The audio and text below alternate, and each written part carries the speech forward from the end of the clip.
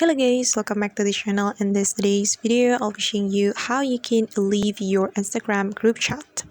Alright guys, here I have already opened my Instagram application on my phone, and the first thing you have to do if you want to leave your Instagram group chat is going to your Instagram direct message right here.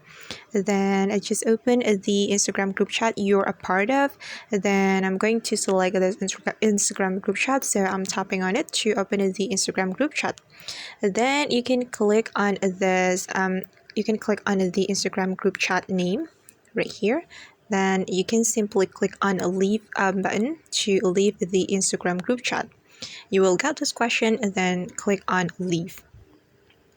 Okay, and now you have left that Instagram group chat.